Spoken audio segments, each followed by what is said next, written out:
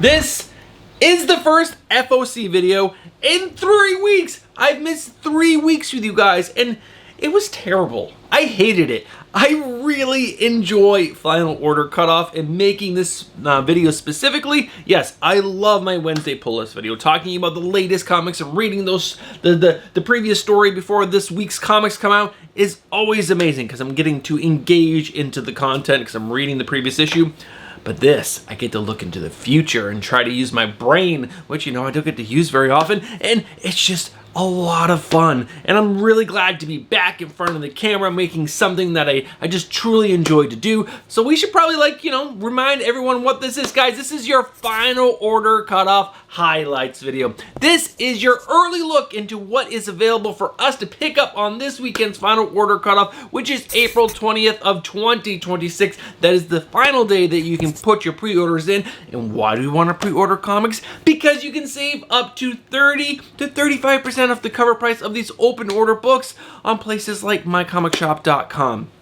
And who doesn't want to save that amount of money? That is a great amount of money off our comic books. And then you can reinvest that money back into this amazing hobby and get more books for yourself, which is exactly what I do every single week. So in today's video, I will cover everything with speculation in the guts. On the cover, I will cover any new number ones that I think sound super cool, and I'll read the synopsis to you guys in case you guys want to also pre-order those new number ones. And then we'll wrap up today's video with covering all the amazing variant covers that I found super cool that I think you guys might like and that you'll want to pre-order at that sweet, sweet discount. All right, guys, let's not waste any more time. I'm so glad to be back, but let's dive into all the books that have something either in the guts or on the cover for speculation. All right, guys, so speculation in the guts or on the cover. And before we even dive into that, I just gotta remind everyone, please do your own research. It's like one of the most important things, and one of the best places to check before finalizing your order is Left Arrows on Instagram, or you can find his article that he writes every single week for coverprice.com. Links for those are down in the description below. But let's dive into the books that I found that have something in the guts. First up, we get Absolute Batman issue number 20. Now, this technically is not in the guts, it is the cover, but we have the first cover appearance of the Robins in Absolute Batman. The first interior appearance, or first, you know, appearance in the guts was in the previous issue, but just the cover A is so good. There are a lot of variant covers, and they did do a cool thing, which we'll talk about in the cover lever section, or the spec section, which they gave each Robin their own cover, like variant cover for this issue, which is pretty cool. After that, Barbara Gordon Breakout issue number 1, which is a new series which is going to debut a new Batgirl suit. But this is a limited series. It is not an ongoing, which is kind of a bummer in my opinion. After that, The Amazing Spider-Man issue number 29. Now this has Brian Nearing, the childhood friend of Peter Parker, introduced in issue number 1 of this new run of Amazing Spider-Man. He becomes Spore. So I guess we're getting the first appearance of Spore in this issue, and it's all about mushrooms, which is kind of weird. I think there is a variant cover, or the next issue, if you skip ahead on League of Comic Geeks, you do see him on the cover, but you'll see him in the guts turning into Spore in this issue. After that, this one is not, you know, verified anywhere. This is me pulling it out of the synopsis. Venom issue number 258. The solicitation says, in one way or another, this is going to lead to a big, like capitalized big change for Venom and MJ. What is that big change going to be? Is it something that, you know, speculators are going to want to speculate on? I'm not sure, but they capitalized big, so it could be something, guys. Do your own research. After that, Undiscovered Country issue number 36, the series finale of this, you know, 36 issue run by Scott Snyder and Charles Soule, which is pretty cool. And if this gets optioned, I can see the final issue going for a premium, because how many people are still on this book? I don't think that many, so this book might be a little rare. And there is an amazing B cover done by Gabriel Del Otto, which will be in the cover lever section. After that, Deadly Hands of Kunlun issue number 4, the solicitation says this. This issue sets the stage for a status quo shakeup that will reverberate across the Marvel Universe. What is the status quo shakeup? Is that going to be spec worthy? What is this thing that's going to reverberate across the Marvel Universe? Is that important? Its first appearance might happen in here, so this could be a good issue, and no one is collecting this. I guarantee you, very few people. I'm one of the few people that are collecting this. So keep an eye on this. Very low order, I'm sure. And the final book that's going to have something in the guts is Transformers issue number 32 with Elita 1's Autobot team revealed. She's collecting a new group of Autobots to go back to Cybertron to help fight the war on Cybertron, and that team is going to be, debuting in this issue. All right, guys, let's do the cover speculation. And first up are those 5 covers, each one with a different Robin on it for Absolute Batman issue number 20. You got Dick Grayson, Jason Todd, Tim Drake, Stephanie Brown, and Duke Thomas, all getting their own cover. I really like the one with Tim Drake, done by Javier Fernandez, and I like the one done by, I don't know who the artist is, but the one with Duke on it. I think those are my 2 favorites. Probably not going to order any of them. Try to cut down on my pull list a little bit. I'm obviously getting the cover A, but all these, I'm not sure. But it's pretty cool that they did that. After that, some actual speculation in the guts. Or not the guts, the cover, sorry. First up, The Rocketeer, The Island, issue number 3. Now this is a 1:10 ratio variant, and I'm bringing it up because the artist is Jay Gonzo. And a lot of his books has been selling really well on the secondary market as of late, and this looks nothing like a Jay Gonzo cover, but if I'm going to believe League of Comic Geeks, this is Jay Gonzo. So I can see this. Jay Gonzo fans are going to go for it, and how many shops are ordering 10 copies of this book?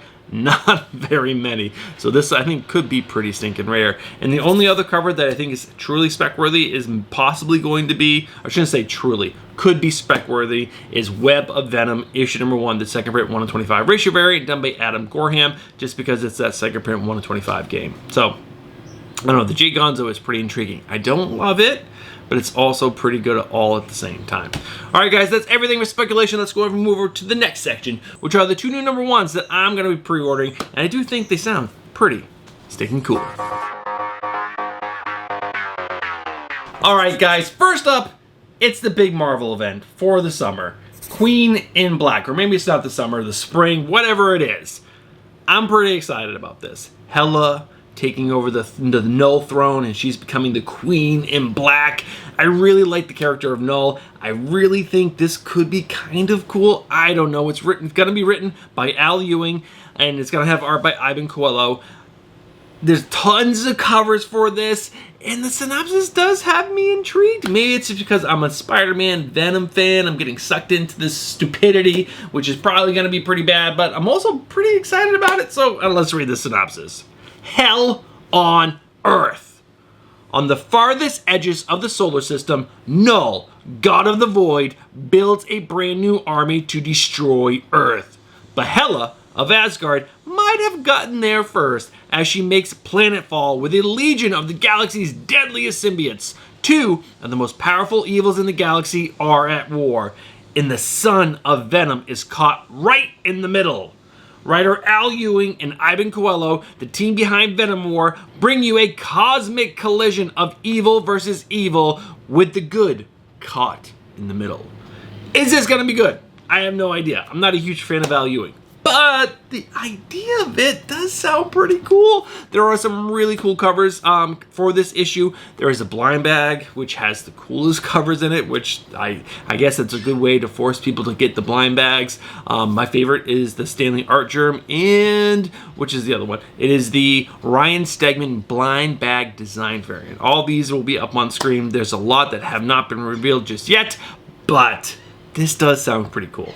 I don't know. Maybe I'm a sucker. I'm definitely a sucker. Come on, I collect so much stuff I probably shouldn't, but I love this hobby so much. I love all of these characters, and I just want to read more. The next book is an independent book. It's coming from Oni Press, and this one could be good, could be really cheesy, maybe not so good, but it's called Destination Kill, issue number 1. Now, this is coming from writer, artist, and letterer Joe Palmer. Let's read the synopsis for this. The future is a riot. In the footsteps of Judge Dredd, V for Vendetta, and Tank Girl, which are all great stories, the first great milestone of the 22nd century science fiction is here. Written, illustrated, and hand-lettered by British comics virtuoso Joe Palmer, Destination Kill is powered by the thrum of 1,000,000 gigawatts of non-stop visual firepower, as rendered by one of the most incendiary visual storytellers in comic history. Now, I don't know who Joe Palmer is, but that sounds awesome. The year is 2125, and an all-powerful corporation, Overcon, uses its robot workers to pour our drinks and dispense our meds, all while rebuilding London's central city into a hyper-modern megalopolis bolted together in its own image. But as Overcon prepares to celebrate the first year of its Paradise Loop, a super-fast transatlantic train that connects the central city to New York in under 60 minutes, an unwieldy army of displaced human workers floods the streets with weapons, plotting an attack at the anniversary gala. Enter Gina Serene, a stressed-out, pill-popping police detective in desperate need of a vacation, and her ex-partner turned PI, Lance Wigman, who are now the only thing that stand between Overcon's skyscraper-sized fist and the worker uprising that threatens to bring Britain's capital crashing down around them. Now, that could be really cool. Sci-fi, set in the future, like Big Brother watching over us, but they're actually robots, not even Big Brother. And then you got this, like, you know, cop that's strung out and just wants a vacation and like, uses pills to, like, you know, numb the pain of being in this world. And then her PI cop friend come together and they, you know, they try to stop this revolution. Could be pretty stinking cool. Do they side with the humans? Do they side with the robots? I don't know. Could be really cool. There are some pretty cool covers. I like the cover B done by Riley Rusimo. The cover C by Ronald Wimberly is definitely my favorite. That one is, the cover C is great. There are versions for both of those covers, which are pretty cool. The cover E, which I don't really care for, it's a 1 in 10. It shows the main character popping pills. I think the pill popping part, leave it to the synopsis. We don't need to see that on the cover, but that's a personal opinion. But guys, those are the two new number ones that I am pretty excited about. I do have two other callouts that I'm not going to read the synopsis for, but on this weekend's final order cutoff, you can pre-order the first trade paperback for Dungeon Crawler Carl, Volume 1. Now, this has already been out, I think, or it is coming out very soon. It was on Kickstarter. I ordered it. I don't know where my copy is. I gotta check that out. But now you can order it. It's mass market. You can get this. Dungeon Crawler Carl is hands down one of the best books in the last, I don't know, 10 years or so. It is so good. If you're into video games and fantasy and you know, role-playing games and that type of thing, this book is for you. There's 7 books out right now. You can get this trade paperback. It's gonna be tons of fun. I can't wait to get my hands on this. But then there's another book. It's on its 10th issue, I believe. Yes, 10th issue. It's called The Forged. It's coming from writer Greg Rucka and Eric Trachman and has art by Mike Henderson. This series is so good. Sci-fi set way in the future with girls and mechs, and these girls are absolute badasses.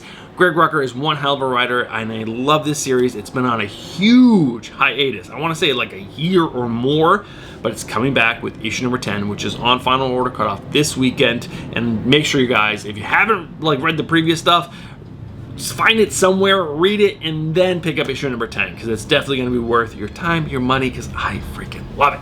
All right, guys, those are my recommendations to read. Let's move on to all the amazing variant covers that I found on this weekend's final order cutoff, which, again, you guys need to get your pre-orders in by April 20th.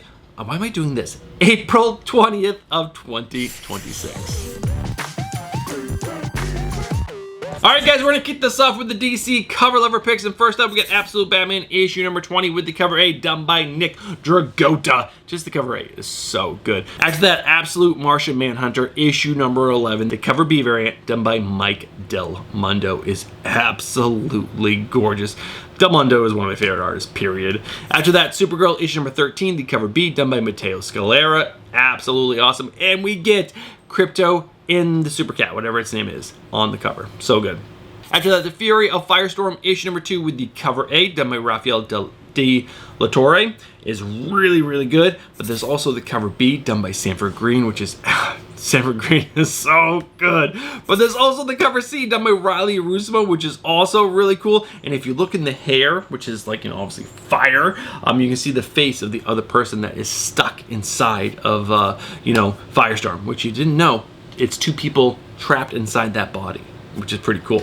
After that, Batman Gargoyle of Gotham issue number 4 with the cover A done by Raphael Grandpa. Super cool cover. There's also the cover C variant done by Jock, which is absolutely amazing. I picked up issue number 1 and issue number 2. There was such a delay for it. I just never read it, and I'm collecting all these, and I'm gonna have them, but I haven't read the stories. I have no idea if the story is any good, but the covers have been really, really good. After that, Barbara Gordon Breakout, issue number 1, the cover D, the next level variant done by Jorge Corona. Collecting all of these next level Jorge Corona variants. I think they're really cool. After that, cover of the week, most likely, Green Lantern Corps, issue number 16, the cover B variant done by Jorge Fornes. He's doing like a whole line where he features one of the color, or the emotional spectrum, the color, and it just says what they are, like, you know, or the yellow lantern or orange, whatever it is greed, red was rage, green is, you know, what's it called, will, and there's gonna be one for each one, blue, purple, whatever other colors there are. So good.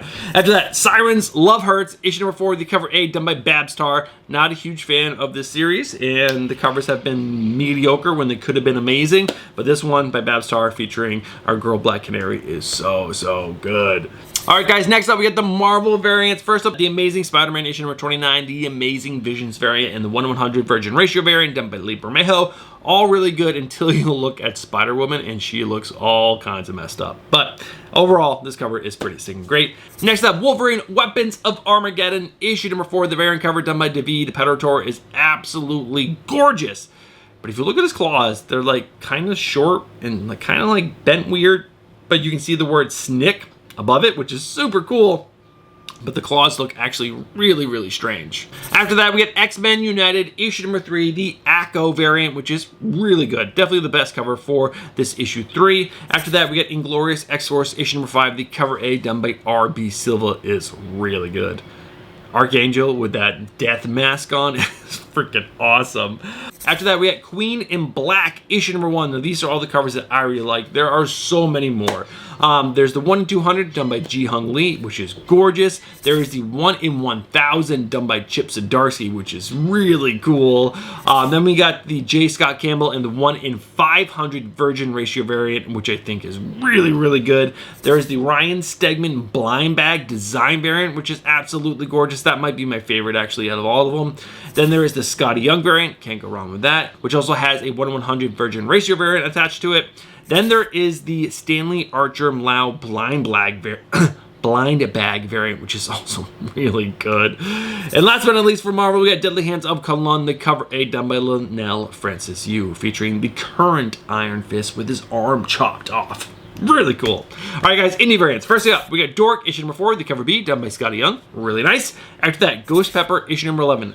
Every single issue of this series has at least one cover that is so good, and I really like this one. The cover D, which is the 1/25 ratio variant done by Jay Anceletto, really nice. After that, Undiscovered Country, issue number 36, the cover B variant done by Gabriel Del Otto. This is that cover I was telling you guys about. This is really good. I've stopped reading Undiscovered Country after like issue 10 or 12. I kind of remember this character, but man, this cover is amazing. After that, Nectar, issue number 3, the cover D, which is the 1/30 black and white Virgin Ratio variant done by Jonathan Waysack. Now, there is a 1/10, which has the title and has some more color to it, but this one, which is truly just black and white, except for the butterflies, is really good. Next up, Blood and Thunder, issue number 13, another book that has at least one amazing variant cover almost every single issue. This is the cover C. It's a 1/10 ratio variant done by Karen S. Darbo. Really cool. Next up, Tigress Island, issue number 3, the cover B, the Not Safe for Work variant done by EPHK. Really nice. I've seen the non-black box version. It is very sexy. After that, we get the cover C variant done by Ben Newman, also really nice. And then we get the cover D variant done by Uncle Iwan, which is also very interesting. Definitely like the cover B the most, but all three of those covers are amazing. Next up, The Hab, issue number 2, which is the cover E, which is a 1/50 ratio variant done by John Pearson. How crazy does this cover look? This is insane. Like, so creepy, gross, but awesome all at the same time. Next up, Savage Dragon, issue number 280, the cover C, done by Brett Booth. I think I've had this on the list before because this book obviously must have been delayed over and over again. Hopefully it truly hits final order cutoff and I'll get my copy in hand, but I'm probably going to pre-order another copy, so I'll have 2 copies, but this cover is just freaking badass. It's so good. After that, The Rocketeer, The Island, issue number 3, the 1/10 ratio variant done by Jay Gonzo, but there's also the cover B variant done by Dave Stevens, which is also really nice. They must have found some old artwork by him and put it up on the cover. It is gorgeous. And that's it, guys. That is everything. So, Now that we did speculation on the cover, in the guts, the new number ones, plus all the cover over picks, that means it's time to wrap this video up. All right, guys, we are at the end of today's video, and if you guys have been watching from the beginning of today's video all the way to this point in the video, I'm just gonna say, you guys are legends. Amazing people just supporting this crazy channel of mine.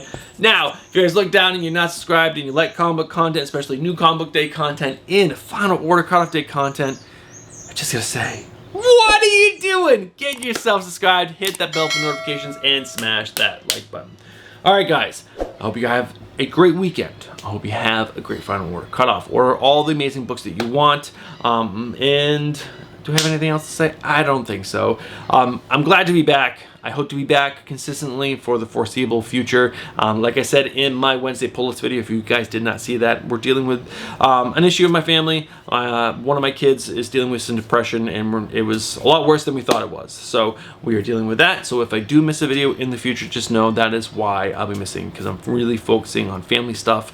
As much as I can. I'm trying to cut out a lot of, like, you know, extracurricular personal things just so I can have more time with my family and be here for them. So if I miss a video, that's most likely why. All right, guys, have yourself a great week. All right, guys, have yourself a great weekend, and I'll catch you guys in the next one. Peace.